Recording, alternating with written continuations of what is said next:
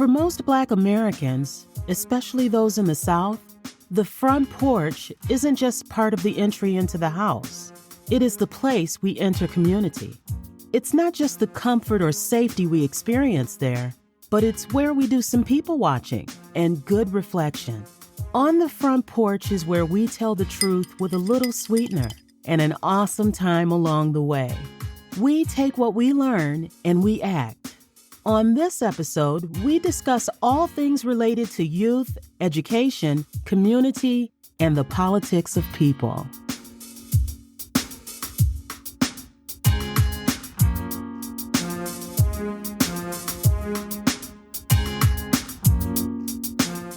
Welcome back to On the Front Porch with me, KaCey. So I hope that you all have had a great week and that you have been productive. You have worked to get closer to your goals, whatever they may be. We are entering into the last quarter of the year, y'all. Literally, October 1st is Saturday, right? Saturday. And we got roughly about 90 days until we see 2023. If the creek don't rise and the Lord say the same. And so I'm sure most of us are planning what 2023 is going to look like for each of us, considering that is what we normally do during this time of the year, or we are hustling to complete all the things we said that we were going to do during the course of 2022.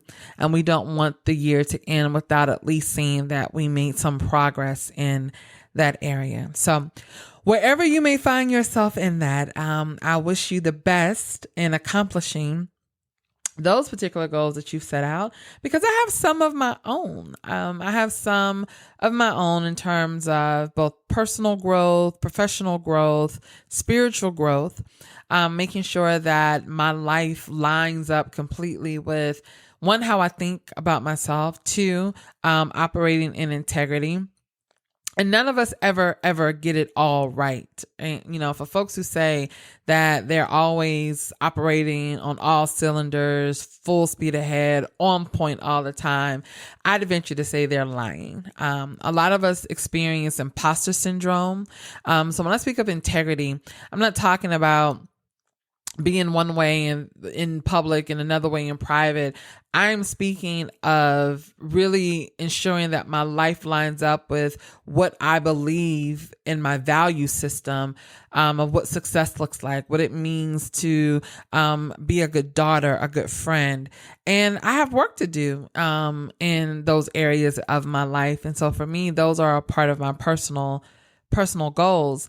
In terms of my professional goals, I'm learning to be more vocal about what it is that I want to do and accomplish. People are out there, just sharing with everybody. And I do think there's some benefit to that. There's some level of accountability because that people are now watching to see if you're actually going to accomplish those things that you set out to do.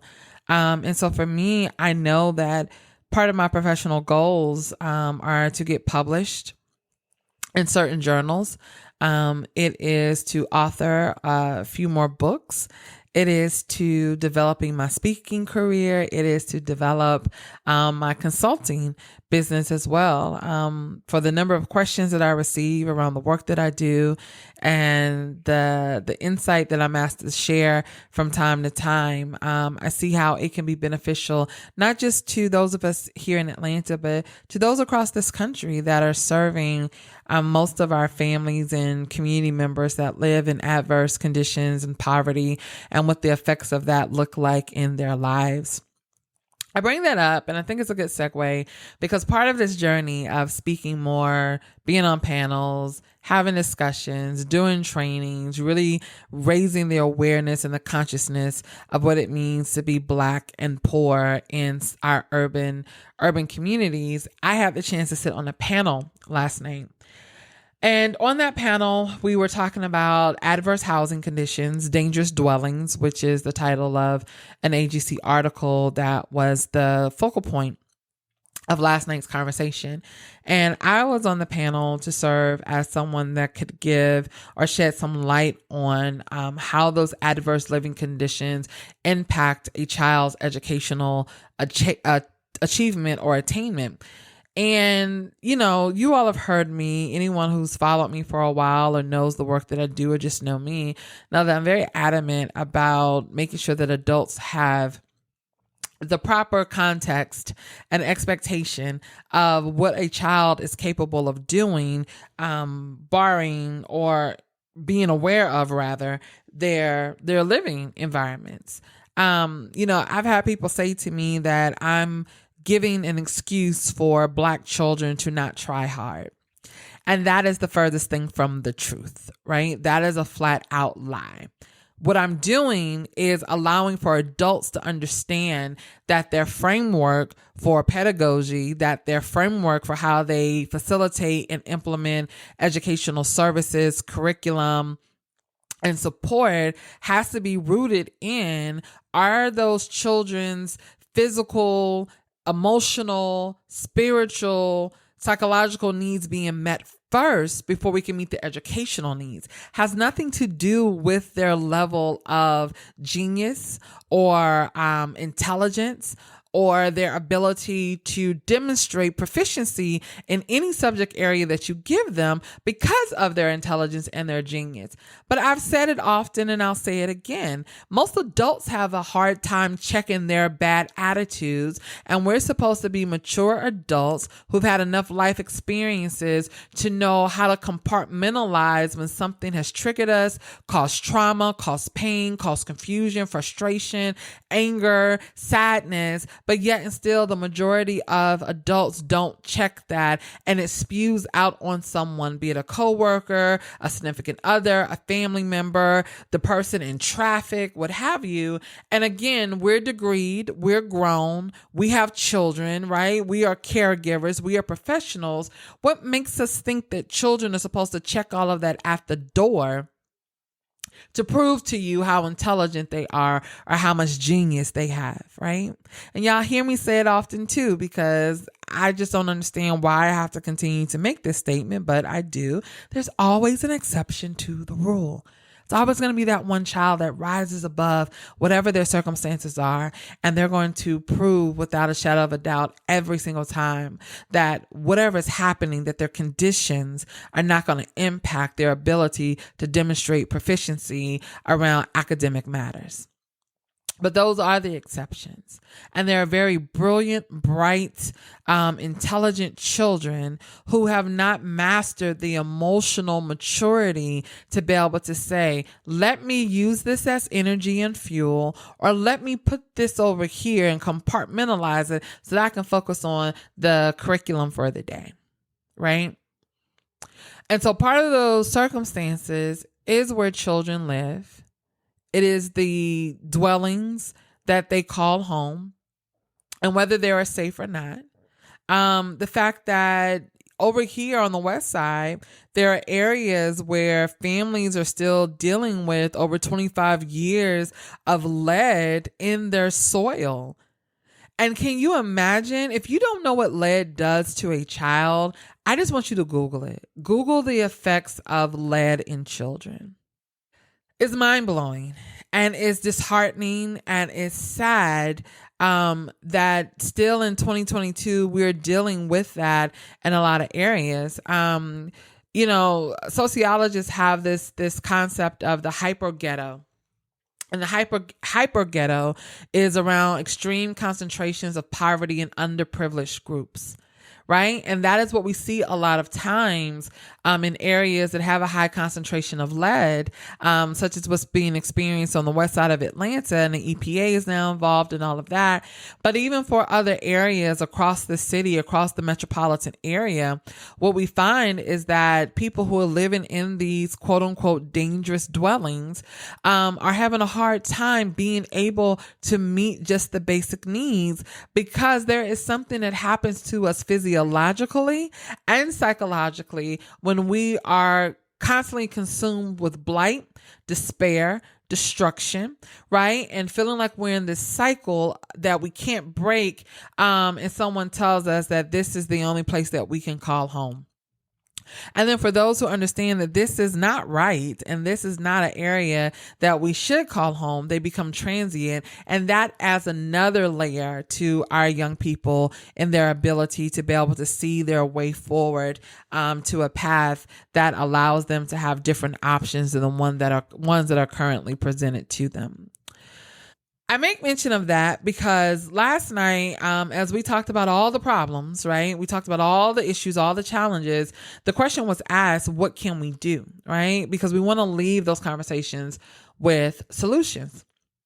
And there's something that someone said that I get why they mentioned it. It is a tactic or strategy, rather, that has been used in the past. And sometimes it works, sometimes it doesn't. I think there's a fine line and there's a balance. And you have to be very creative and also almost an expert in how you use this particular strategy to bring forward the collective consciousness of people to make a change. And that tactic or strategy is around shame. And so the suggestion was, what if there was a shame campaign that was made or given or facilitated to really put in the faces of folks what is happening, and ask them a very pointed question, which is this what you want? Right? When you think about greatness, when you think about moving forward, when you think about the brand that we want to have attributed to this great city of ours, right? And I'm not being sarcastic. I love the city. I've called it home for almost 25 years. Is this something that we want? Right? And do we need to shame people into doing the right thing? And I talked about how there is a balance in that. There's a fine line that you walk in doing something like that, because it could backfire. It could go the other way.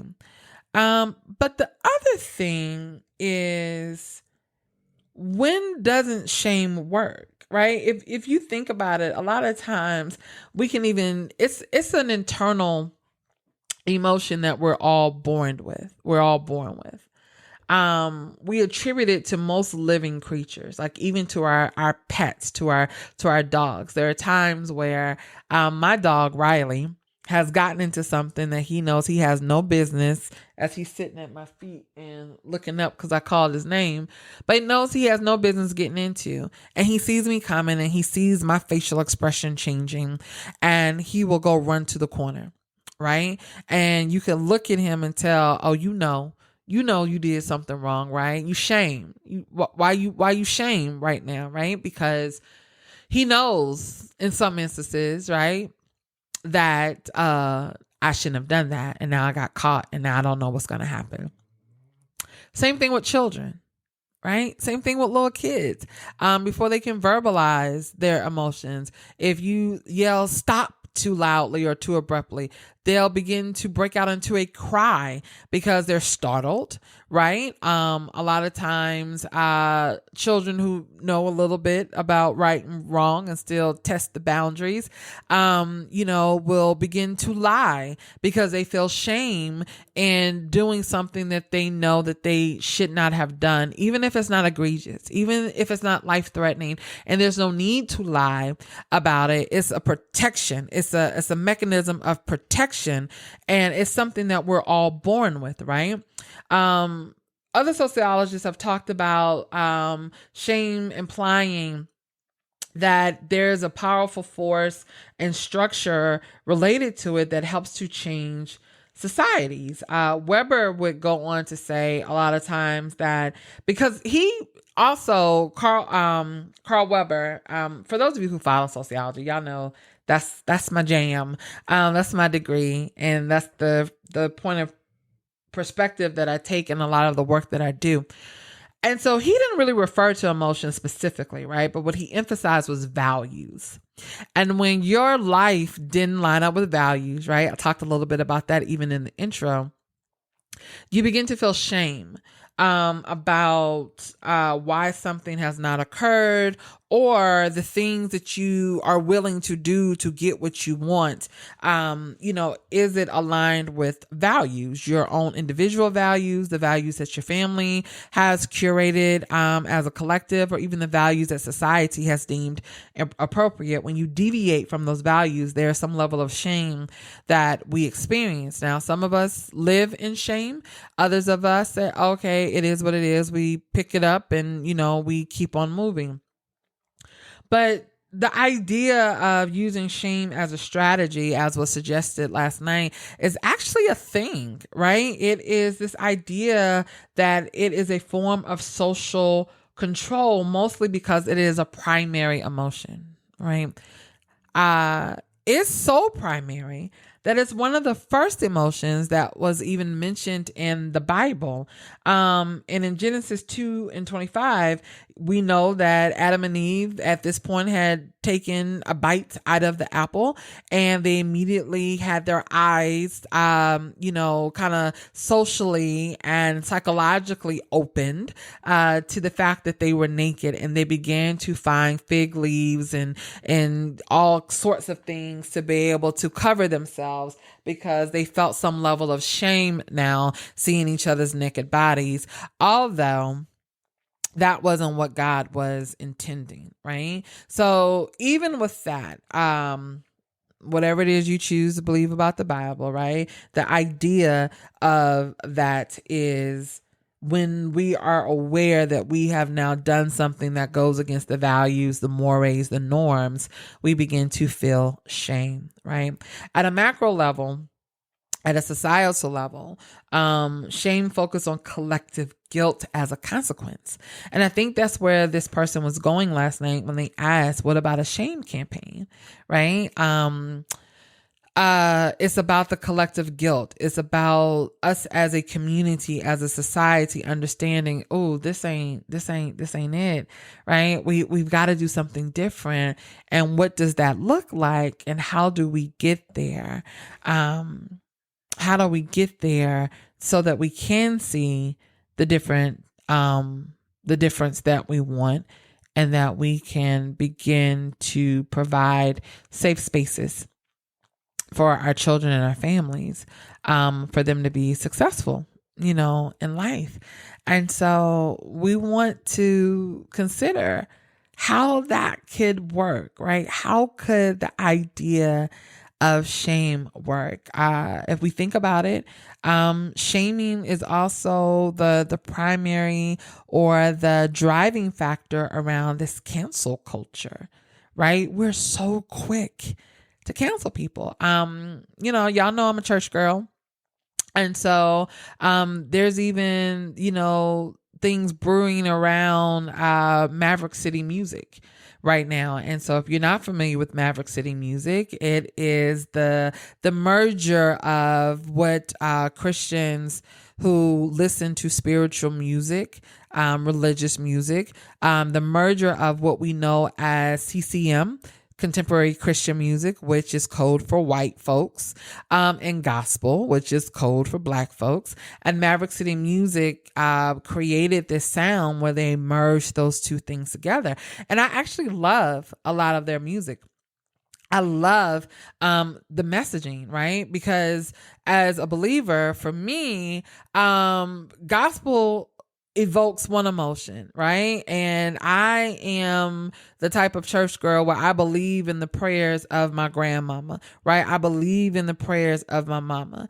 I understand what those hymns mean. And there are times where, while some of them may be very depressing, they get you through because your spirit remembers what is possible even through the face of tragedy and adversity, right? So there are some times where I need the moaning and the squalling and the hollering and I need all of that, right? I need the emotion evoked to help cleanse my spirit and my emotions, and sometimes even give my body a release.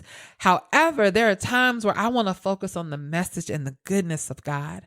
And I don't need all of the runs, and I don't need all of the drive and the vamp and, all of that. I just need someone singing sweet songs, and loving on God, right? In a way that is melodic, in a way that is calming, in a way that I know exactly what they are saying when they're saying it.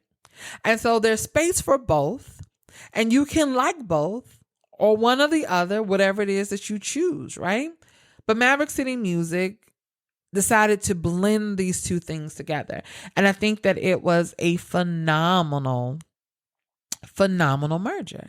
I bring them up around this idea of shame and cancel culture, right? Not to point fingers, but to just use as a point of reference that there was a member of their group that allegedly, because I didn't see the video, saw some screenshots of it, but had posted a short reel Instagram story of him singing a Bad Bunny song. And if you're not familiar with Bad Bunny, if your ears are sensitive, if you are hyper religious and are very careful about what goes into your ear and your eye gate, you're probably never going to listen to Bad Bunny, right?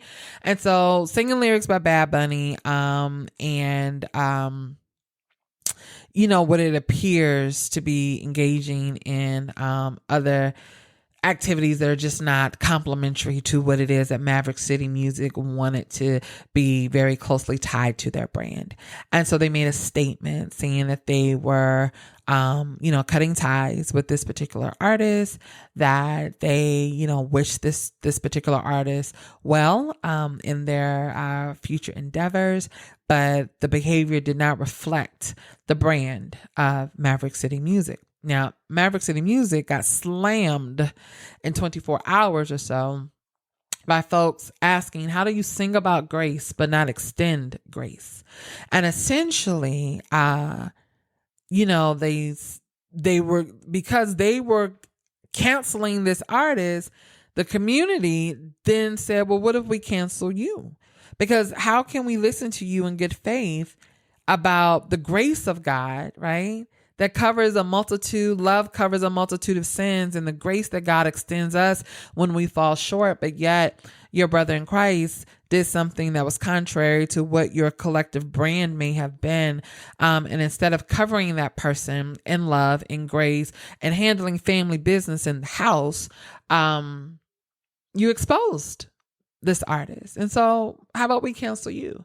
And so then there was a backtracking, right, of a statement that's no longer on their social media. They replaced it, saying that they will forever consider this person a part of their family, and they love them so much, and that they're, rooting for them as they, figure out their path forward and all of that. But that also was a direct reflection of the shame that the community then turned back on them when whether it was intentional or not. And a lot of times we do things and they're unintentional, right? But we don't fully think through all of the steps of the decisions that we make. And so whether or not they knew they were engaging in cancel culture related to this particular artist, that is exactly what they engaged in. And then in turn, the community that they thought they were appeasing then began to talk about canceling them.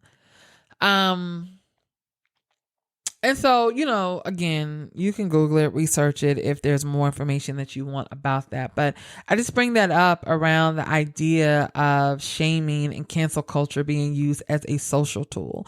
I mean, there are some people who absolutely need to be canceled, right? There are some people who absolutely need to be canceled. Like, there's no debate about it. There's no questioning.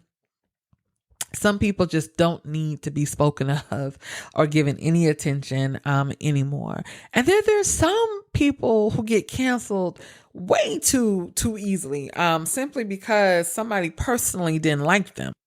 And how do we cancel people because of a difference of opinion? I heard someone recently say that reasonable minds can disagree. that we don't have to have the same thought process. We don't have to agree on the same thing for both of us to have a reasonable mind, right? Reasonable minds can and should, disagree. It's this idea that shaming as a social tool is used to help build boundaries and some level of accountability, right? To identify when someone, again, is operating in the values that we have set forth.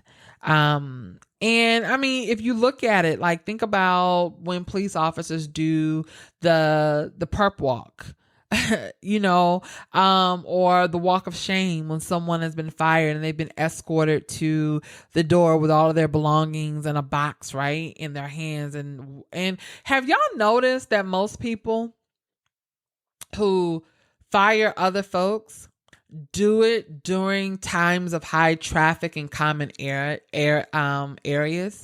And so it's this whole idea of your final consequence is going to be this walk of shame that you have, right? And so we use shaming as a tool, even if we don't want to admit that that is what we do. Because again, the idea is that we want to change the behavior of either the person that's being shamed or the people around them. And so we can make people uncomfortable and say, oh gosh, that is not anything that I ever want to happen to me. Let me think twice about what I do. That only works for a few people. That only works for a few people, right? Most folks are still going to do whatever it is that they want to do. And so shaming doesn't necessarily, it's not effective in all areas. Some research has shown that the attitude change and persuasion is really the goal. And I venture to say it's, how your parents tell you do something and you ask them why and they say, 'cause I said so. That's the same concept with this collective shaming of society. It's this is what we deemed appropriate. Okay, well, you deemed that appropriate in 1697. This here is 2022. Like, life has changed. Society has changed. How we interact and engage with one another has changed. Why are we, right, still basing our lives and our interaction on something that was written in 1697 versus understanding where the pivots and the changes need to happen in 2022, right? It's the whole idea of, well, that's how it's always been, so that's how we're going to continue it, even if what's always been isn't effective. But then you're going to shame me when I realize that this don't work for me, my family, my community, my society, so I'm not doing this. Now, I'm shamed because I'm going against the grain. I'm shamed because I have moved away from the societal or the communal values and norms. And so now you got to hurry up and get me back in line, right? But we also know getting people back in line is also rooted in institutionalized and systemic racism, right? And so for me, the lens that I'm taking at this point in my life is why I got to get back in line. Why do I have to do it this way? Why do I have to, shuck and jive in some instances to appease you, because that's how it's always been done. I had a conversation with someone earlier this week, and both of us work in nonprofits, and as executive directors, really, our title should be changed, honestly. If we want to tell the truth about what you do as an executive director, you are the chief fundraiser, right? That really should be our titles moving forward. And the idea that all of these grant applications ask for different things, we spend so much time trying to now force fit and manipulate what it is that we do into these varying questions, that there should be like a common application for grants, right? Because A lot of them are asking the same thing with a tweak here, tweak there, but some grants want you to do a video. Other grants want you to sum up your whole entire historical overview in 125 words, but then tell you that they don't know enough about your organization to make a determination, right? And so, it's almost like you can't buck the system completely because the grant makers and the funders have decided that, oh, you want my money, jump through this hoop. You want our resources. This is how it's been done. As antiquated as it is, we're not going to change it because we don't have to. Right? We don't have to change it because you want something from me. And so again, that's another form of control. It doesn't work. It's antiquated. It's ineffective. It does not produce results of impactful change and transformation in our communities, but it's another level of control. And if you get out of line, then you don't get what it is that you need. There's so many organizations that go under because of the lack of funding, simply because they have not mastered how to be a chameleon in the philanthropic, grant-making, funder world. So a little bit of a tangent, pain point, in case you didn't pick it up. But the idea of moving away from tradition and moving away from really religious activity, and not religious in the sense of spiritual or spirituality, but religious in the sense of I've developed this habit, right? I've developed this habit, and this is how we operate, and this is how we move when it comes to this. I say all that to say this. My response to that person when they said, what about a shame campaign? And I said that shame campaigns can work if you know how to do them. I said, but here's the catch. Shame only works on those who care. You got to care in order to feel shame. And a lot of times what we find is that people talk a good talk. They'll even walk a couple of steps in the right direction. But if they don't inherently care, you shaming them is not going to work. You bringing back to their consciousness, their remembrance, right? Stirring something up in their spirit and in their soul about what the right thing to do, even if it is counter to tradition, counter to what society has deemed appropriate, because it suits the greater agenda. You gotta care to feel shame. Can't shame those who don't care. Have you ever thought about it? Have you ever thought about it that way?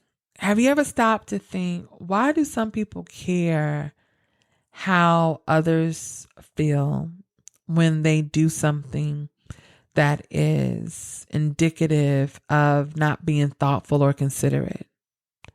Right? Like, dang, I'm ashamed of how I responded to that, right? Not that you live in it, right? It's not about living in the shame. It's not about living in the consequence. It's about identifying it, recognizing it, and then allowing that to fuel a different decision, right? It's the whole idea around people saying that folks who do the same thing over and over again, from a spiritual context, they aren't truly repentant, right? Folks will say all the time, oh, I repented and I asked God to forgive me.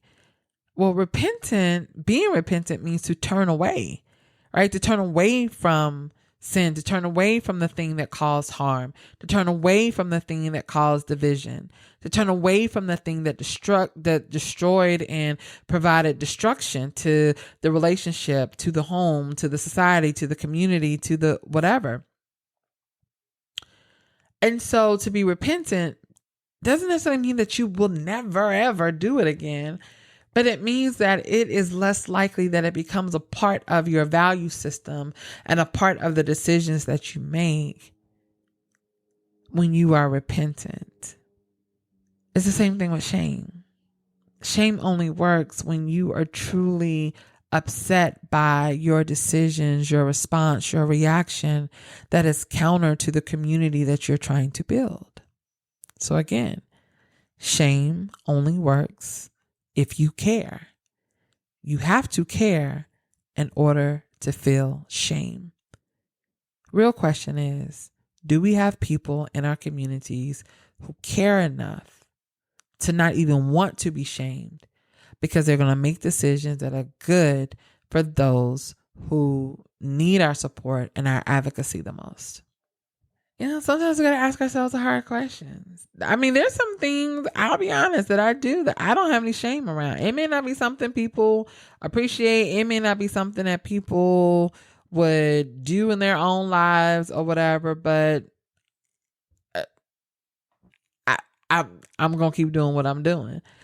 It's what it is, right? You got something in your life that you going to do.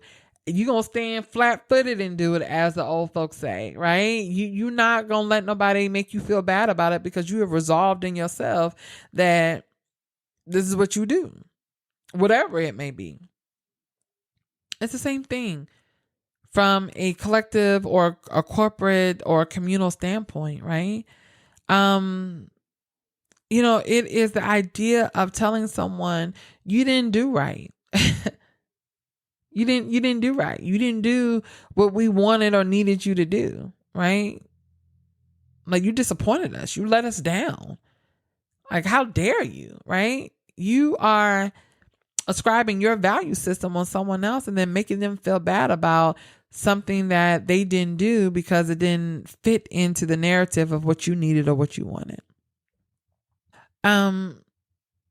And we're quick to do that, I think, in a lot of areas because we don't ever stop long enough to know the difference between knowing that people inherently feel shame because they do genuinely care about someone being hurt or a system being wronged versus us using that to prey upon people, to manipulate them to do what it is that we want them to do. And that's what public shaming is about. Right? That is what cancel culture is about. It is, how do we collectively tell you that you stepped out of the box? And in order to get back in the box, you've got to do X, Y, and Z. Right? But we also want to shame you so badly that nobody else dare step outside of the box. But if cancel culture really worked, why do we have to keep canceling people? Don't you think by now somebody would have got it? Because maybe it doesn't work, right? But again, you got to care in order to feel shame. You got to care. That's where we have to start. So, all right, y'all. That's it for today. I hope it made you think. I hope you asked yourself some questions. And I really do hope that y'all are sharing this podcast. Like, don't keep all the goodness to yourself. Definitely let me know how I can make this better. Let me know what topics you want to hear me speak upon. We are still working to get a schedule of some phenomenal guests that are coming. And we're going to have some conversations with them as well. And I'm just looking forward to continuing the conversation with each of you as we work to do our small part in communities to make a big, big difference. So, all right, y'all take care. Enjoy your day, your week, your weekend. And we'll see you next time on The Front Porch.